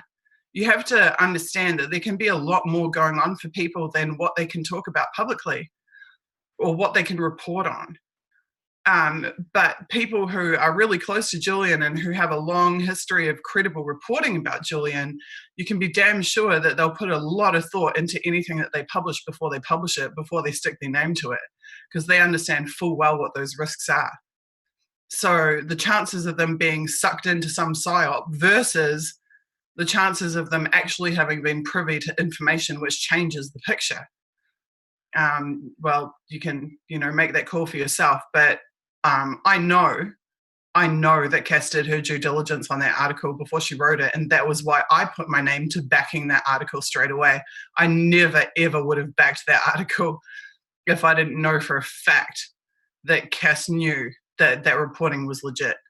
So that's really all I'm going to say about that. Somebody just asked me another question about the legal team. Let me have a quick look. Sorry, guys, the chat's moving a little bit fast, but somebody did just ask me a direct question. Can I comment on the prisoner wanting to hire new lawyers? Right, that does bring me to another point. I can't comment on what Julian does or doesn't want, and I can't comment on why or why not the prisoner would say that. But what I can do is pull a little piece out of my semi-encyclopedic knowledge about WikiLeaks, and I can tell you that once upon a time, while he was in the embassy, Julian actually did an interview where he talked about the legal team, and he actually said, and you will be able to go back and find the video, he said, when dealing with lawyers, one always has to be aware of the fact that the priorities and motivations of the lawyer are never synonymous with the priorities and the motivations of the client. That that has to be kept foremost in their mind, and that the actions that any representative of someone takes aren't necessarily in precise alignment with the person who's hired them. Now, I did also notice, one thing that was interesting is that the lawyer they were saying they wanted to hire was a criminal defense lawyer, and I do know that very much Julian did need a criminal defense attorney, because his team are all extradition specialists and human rights lawyers. I did notice at the last case that Julian actually physically appeared at the magistrates court, they did have a criminal defense attorney in attendance. I went and checked out that criminal defense attorney at the time, and he seemed to have a long history of working on really serious, like, terrorism-related cases and stuff. So to me, that was a really good sign to see that, because human rights lawyers are great for European Court of Human Rights. Extradition lawyers are great for extradition hearings, but at the end of the day, if he's being criminally charged, he does need a criminal defense attorney to handle that. So that's really all I've got to say. Now, in 18 minutes' time, I was supposed to be publishing my article. It's not going to be in 18 minutes' time. I had some very interesting interference tonight. I had what I would even consider acts of sabotage, technical sabotage, but also human intelligence sabotage crop up about an hour and a half ago, which I'll be putting in as a footnote in my article, because people should know that that type of thing happens to me when I'm about to release a big piece. But the piece will be out tonight. There is one final section on it that I'm finishing the writing on. Most of the piece is in there already. I may choose to release what I've already completed, because the meat, like I said, the meat of it's there already, and then release the rest, or I will see. The article is going to appear on Contraspin, or hopefully Joe will want it for Consortium. It's going to be his call whether Consortium publish first or whatever. But a copy of my work is always up on contraspin.co.nz. Now, the last few times that I have published a major piece that I'd worked on for months, Contraspin just mysteriously went down and was eradicated from the internet within hours of me publishing it. So when I do publish it, I'll archive it immediately, and I'll make sure that any tweets I put out with links, that they also have an archive link copy in case that does happen. If you guys want to ask me any questions, go for it and chat. But panelists, if you want to say anything about what the 2 cents I just put in, then go for it.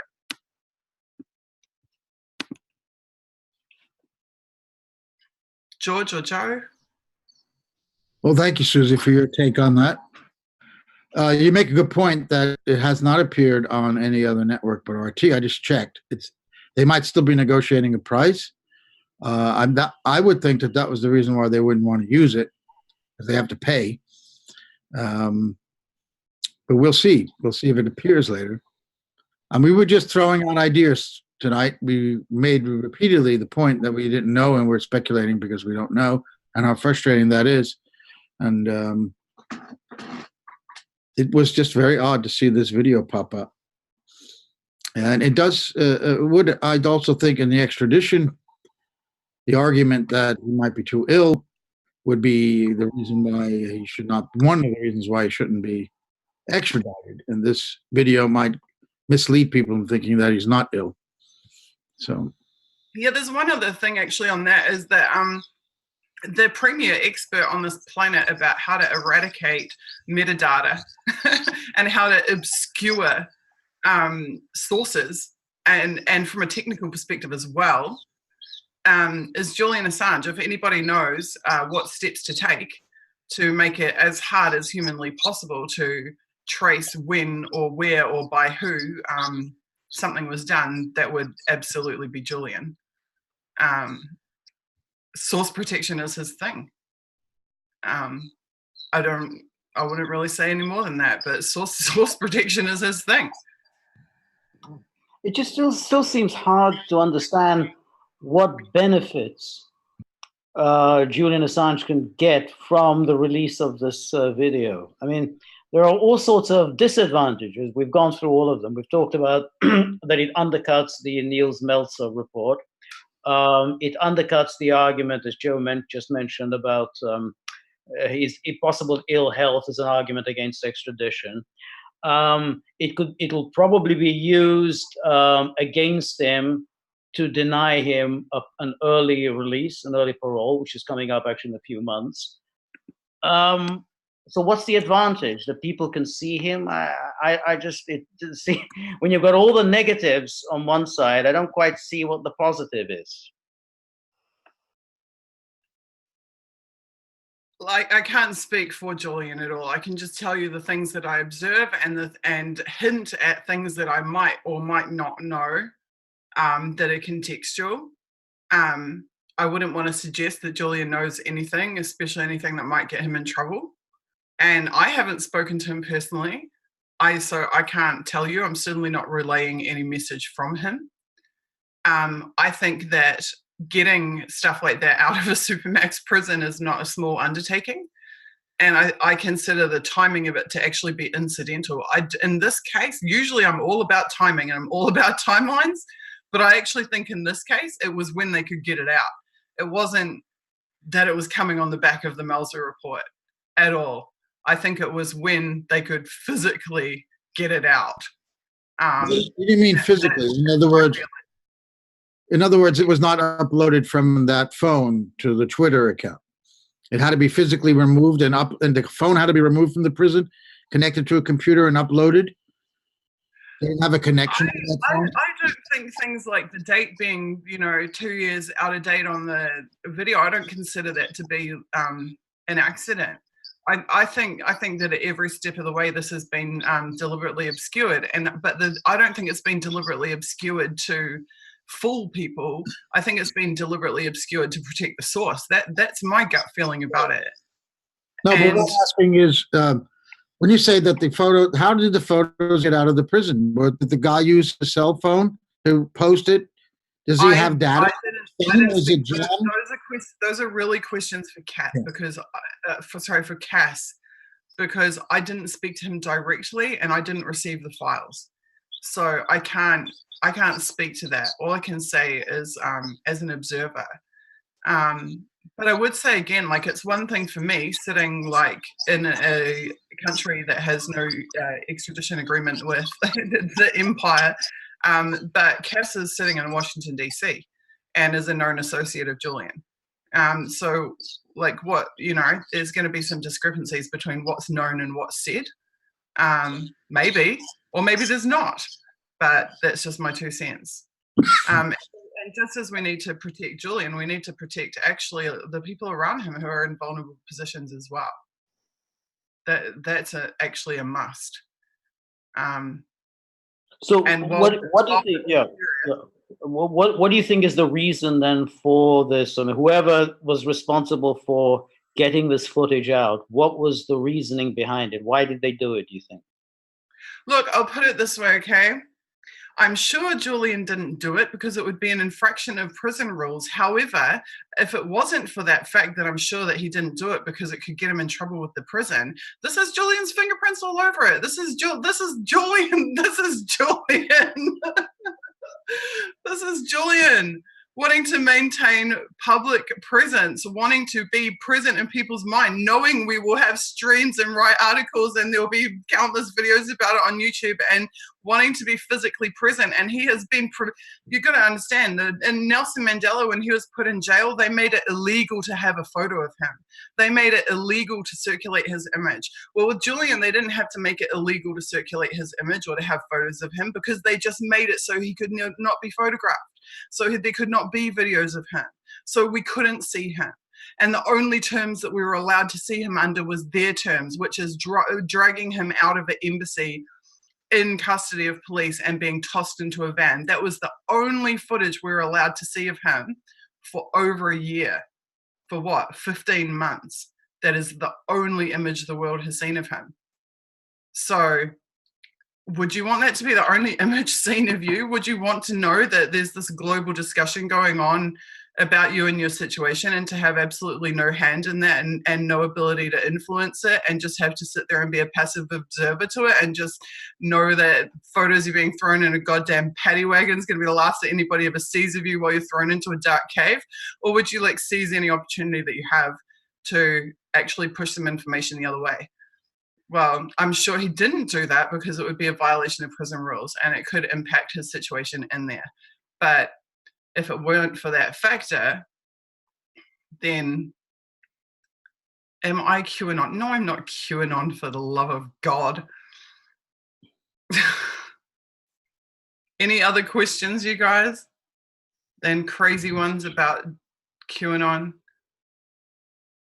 Yeah, I think it's really natural for people to be shocked by seeing him in prison, and to be, and I don't want to personally, I've been saying for a year that his life is on the line. Like, you can go and watch videos of me from March of, in fact, you can go and see my appearance on Lee Camp's show on RT, and I'm literally saying he could die on our watch, he could die on our watch, he could die on our watch. It will be our fault if he dies. Like, it's not that I don't want you to take this seriously, but I actually think that anyone being able to get content like that out of a Supermax prison is actually somewhat of a victory. It's somewhat of a victory. And that's the other thing. Yeah, someone's just saying in the photos, he's lost so much weight. I think Cass pointed this out earlier, but there's a photo of him in profile where his neck is like a pin. Okay, that's not Julian Assange's neck. Like, he has lost so much weight. He doesn't have any more weight that he can lose.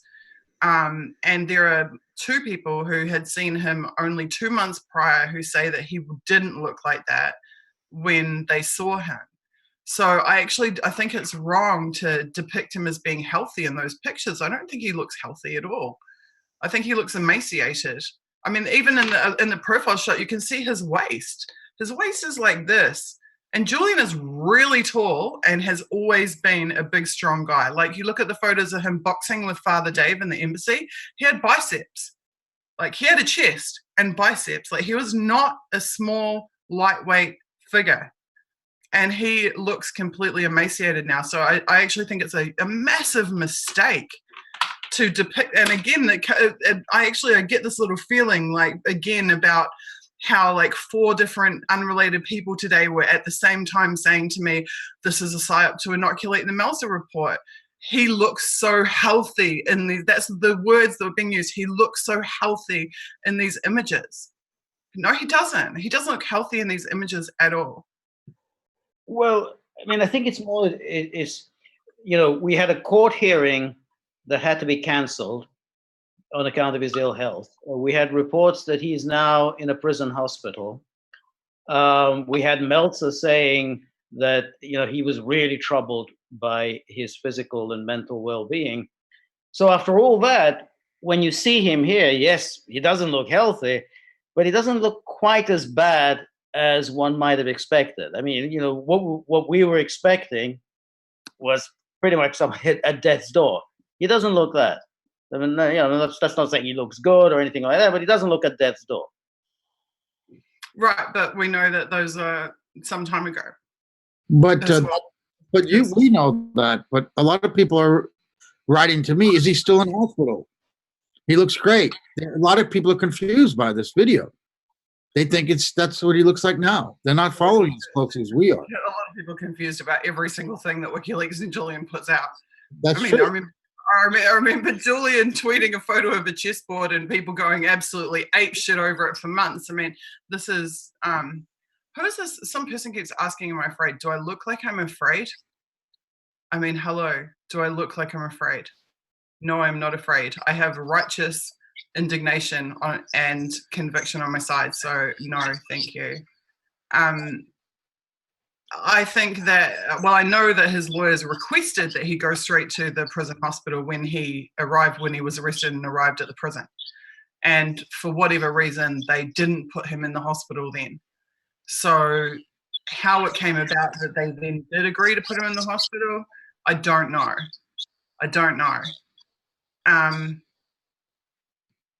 Probably Cass is the best person to ask questions about that, because there's nothing else that I can say on that front. And you said that he has unrestricted, his lawyers have unrestricted access to him. Did you say that? I'm trying to clarify. I know for a fact that they have been able to visit him on short notice and that there is no restriction in the number of times that they can visit him. There was early reporting that they were having trouble accessing him in the first couple of weeks, but I don't at all believe that to have been the case in recent times. And even if he's in a hospital bed, they're going to see him there. They have unrestricted access to him. Is he still in hospital? Do you know? I don't know. I don't know. I don't know, but you know, there is a very obvious there's a very obvious lack of responsiveness and lack of ability to verify information with the current gatekeepers that is clearly problematic. It's problematic from a public perspective, because when you starve the public of information, it's a very bad thing. Especially when you starve a support base of information, it's a very bad thing. We should be seeing things come out. I mean, all of this should be front-footed, all of it. Every letter that Julian wrote should have been front-footed, verified instantly, either verified or debunked straight away and front-footed. All of the stuff about the pics and videos should have been front-footed. I would have liked to have seen Cass's article with a WikiLeaks logo at the top and signed off by his lawyers at the bottom. And that's not to say she didn't vet with the legal team, because I believe that she did. But this is really the difference with not having Julian at the helm, because with Julian at the helm, it was front-footing everything, strong fixed media narratives, access to major media platforms, active on major media platforms, not just whenever there was a court hearing or whatever. And the thing is that a legal team isn't a media team. A legal team isn't a PR team. So it's not that I expect that from them, but it's that there is a visible and sizable gap in Julian's absence that isn't being filled. And the danger is that what happens is it ends up getting filled by, you know, people close to Julian, very close to Julian, end up reading about him in the UK tabloids instead of from the organization. And I you know, I've never criticized WikiLeaks in 8 years, and my heart goes out to them, because I understand the level of pressure that they are under every single day, the level of targeting they're under. They are being undermined in every way, at every opportunity, in ways that we can't even, you know, most people cannot even begin to imagine. But we have to acknowledge the reality of the situation. The reality of the situation is that the legal team has never won a single case. The only thing that's ever been won was Julian's asylum application with Ecuador, not any other single hearing. If there are appeals that haven't been filed that should have been filed. If there is a total absence of media strategy, and if we have Julian reaching out to regular people saying, please save me, I'm counting on you guys, then we can't really take anything for granted. That's my opinion. I mean, the WikiLeaks situation, we have to be honest about this. WikiLeaks situation right now is the worst that it has ever been. It is the worst. It is the most dangerous, darkest time for WikiLeaks that there has ever been. And they still have some very loyal, very dedicated, very competent people in that organization who are massively overworked and overstressed and highly targeted, and who are doing their goddamn best. But does that mean that it's enough for something that's this high profile and this massive of a case? I mean, you think about if Julian was some, like, you know, British peer or some millionaire, billionaire, like, he'd have 50 lawyers working on this case. He'd have 60 lawyers working on this case. He has not got 60 lawyers working on this case, I can tell you that right now. The resources that he has who's to the defend legal team now? Is it who's the legal team now? Is it Jen Robinson, Jeffrey Robertson? Who exactly is that legal team? I wouldn't name legal team. I'm not going to name any individuals. I think you can see the public faces of the legal team. It's really no one's business who else is involved beyond that. in my opinion, like for the protection of those people and out of respect for those Well, people. no, you don't protect lawyers. Lawyers are the public face of a defendant, so they don't need Sure, protection. So the public face absolutely is Jen Robinson. Jen Robinson is the or she's a solicitor, a barrister and solicitor, I think, actually in the UK. Gareth Price is the one who is the extradition solicitor. Okay. And there was some other guy was the criminal defense attorney that was present in that last hearing that Julian was actually in court for.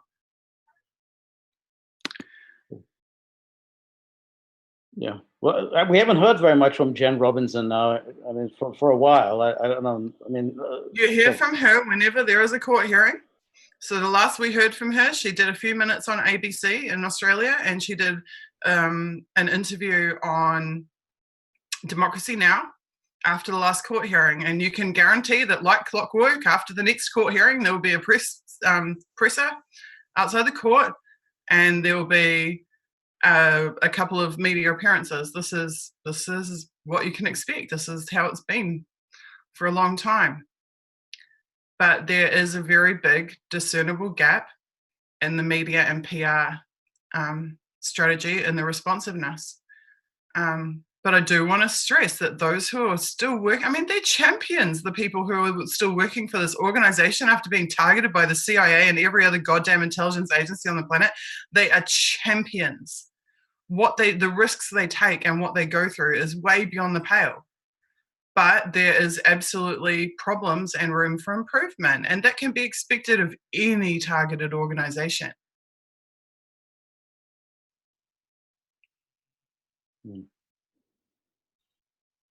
Okay.